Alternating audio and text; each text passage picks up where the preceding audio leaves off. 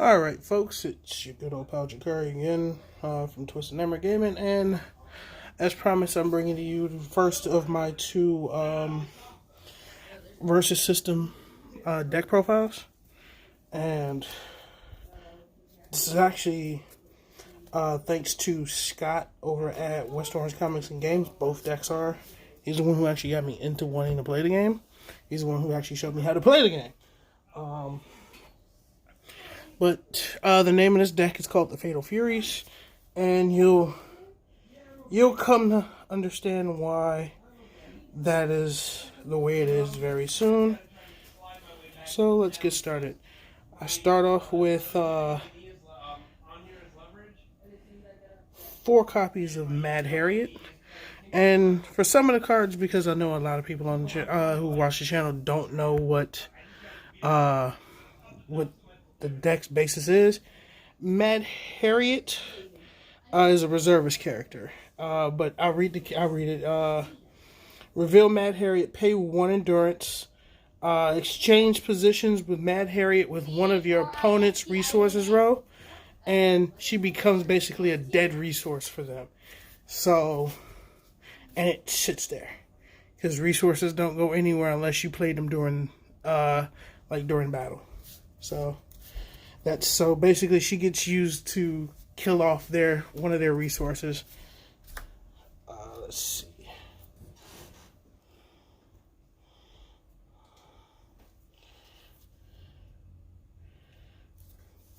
Four copies of Malice Vanderbar. When another character comes into play under your control, you may replace target non-team-up plot twist and opponent controls. If you want a better explanation on, plot twists and all the resources and everything that goes in the resource row, I would suggest you go watch the video from when we did Scott's deck profile, because he goes into great detail on resources, plot twists, and all that stuff.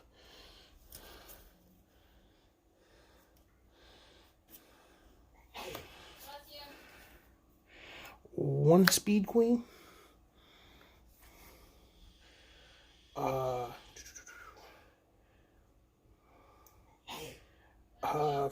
effect is her ability is it's free. It's a free ability. It doesn't cost me any resources or anything. Ready Speed Queen. She gets a -1 attack this turn for each face-up resource that my opponent controls.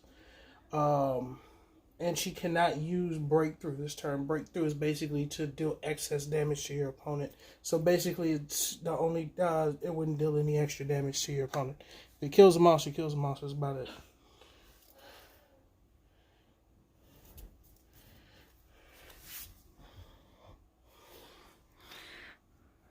Two Guillotina, two Granny Goodness, and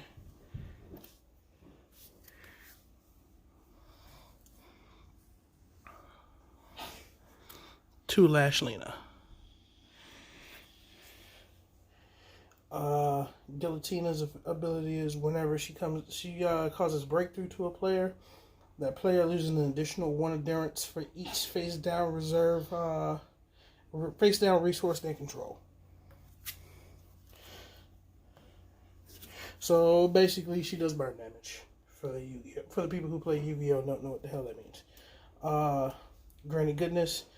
Affiliated characters with a cost of 3 or less I control lose their team affiliations and have DARKSEID's elite team affiliation. Well, everything in this deck is DARKSEID's elite is the team affiliation anyway. So all the non-army DARKSEID elite characters with a cost of 3 or less gain +1 attack. So she's basically the tying point. She turns you from being whatever you are to DARKSEID elite. Lashlina, her ability is activate. Target 1 non-ongoing plot twist and an opponent controls. You may put a character from a card in your hand face down in their resource row. And if you do, KO that plot twist. So basically, I could use this to use to switch to give them Mad Harriet and get rid of their plot twist. So, or I could just use Mad Harriet. Mad Harriet does the same thing, but hers is just, that one's just funnier. To be honest with you, we have to burn to death, to knockout,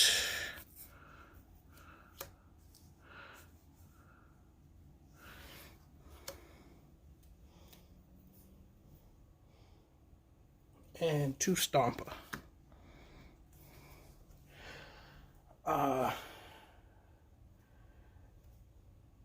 Burn to Death's ability is pay 1 endurance, so pay 1 life. That's what your life is in this game. It's called endurance. Whenever a character your opponent controls recovers this phase, that controller loses endurance equal to its cost. Use this power once per turn.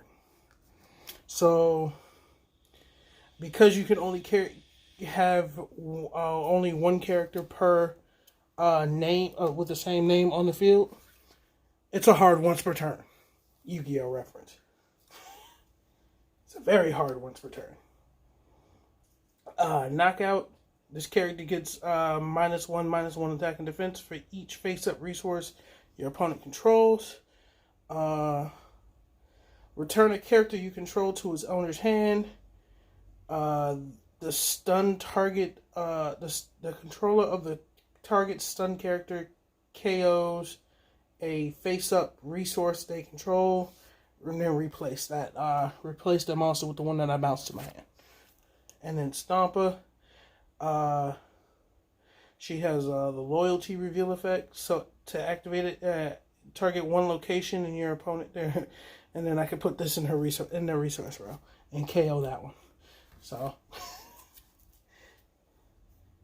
and then the only 5-drop that I have is the 5-drop Burn to Death. So if I had this one on the field, I couldn't have the 4-drop. If the minute you summon the one with a higher one, the lower one gets KO'd automatically. So, her ability is KO a DARKSEID's elite character you control, target an attack, target attacker or defender you control. And it gets +1 attack this turn for each face down resource your opponent controls. You can only use this once per turn. So, this ability once per turn. So, another hard once per turn. And then, the only concealed character I have is the 6-drop Dark Champion. And concealed is just mean he's hidden off the field. He can still do all of his stuff that he needs to do, but unless your opponent has also has a concealed character or a character that can attack concealed characters, this can't be attacked by them. It also has the cosmic ability, which is and it has a substitute. So if I had another, say I attack with everything, I can then bounce one of my other monsters to my hand, drop this, and then swing with this as well. Characters I control that come into play this turn get +2 attack, and can attack as if they had flight and range. So he gives all my... basically, it allows me to attack from a distance with all my characters. I can attack any monster on my opponent's field, minus the concealed ones, except for him. He can attack everybody, because he has flight and ranges also. And then the last 2 monsters in the deck are my 7 and my 8 drops. My 7 is Kara Zor-El, Supergirl, but it's the one that is under the control of DARKSEID at this point. So yeah, hence the reason why I used the Fatal Furies. So yeah. Her ability is Vengeance. Whenever Kara Zor-El becomes stunned by one or more attackers or defenders, stun those characters as well. So whatever you do to her, she does to you. So if you attack and knock her out with 3 characters, all 3 of them get stunned too. And then the 8-drop, which is probably probably my favorite character out of either one of my decks, because I think I run the 8-drop in both decks. It is the 8-drop DARKSEID, and you can probably figure where this one is going. Justice will probably figure out where this is going once I read this effect. Okay. As an additional cost to recruit DARKSEID, discard a DARKSEID's elite character and card from your hand. At the start of the recovery phase, KO all other characters.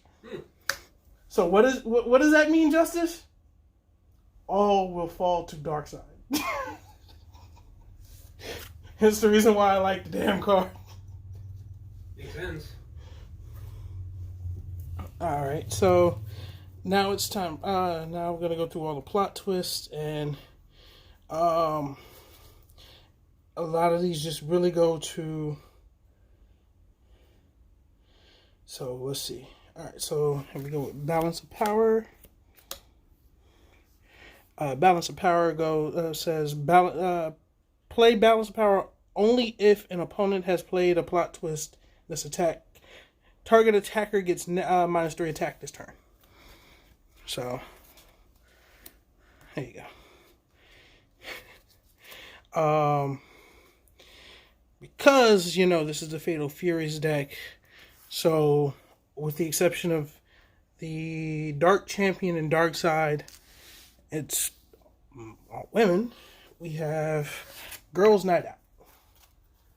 Girls Night Out reads, as an additional cost to play Girls Night Out, exhaust a non-defending character you control. Target attacker cannot cause breakthrough while attacking a character this turn. So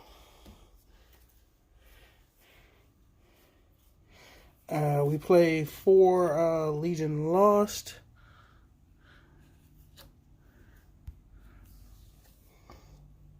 Target character you control can attack hidden characters this turn. And there you go.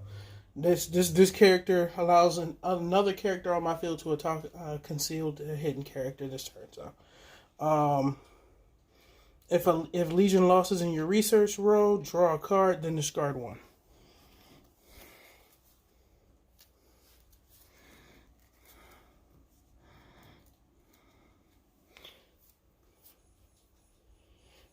We play 4 Membership Drive. Membership Drive is whenever you recruit a character with cost 2 or greater this turn, it comes into play with an extra +1/+1, so +1 attack, +1 defense. And I do believe that actually happens to be permanent. So.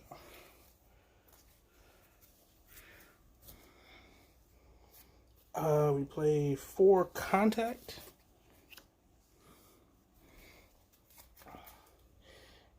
Target attacker gets +3/+3. This attack while attacking a character with a lesser cost.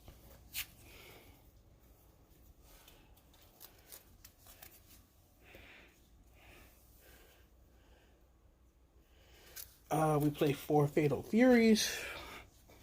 Hence the name of the deck, the Fatal Furies.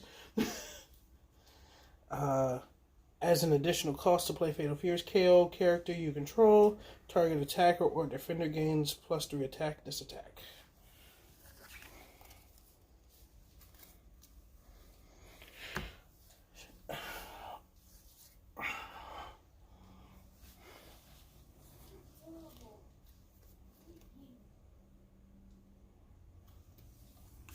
Prophetic Battle, play 4.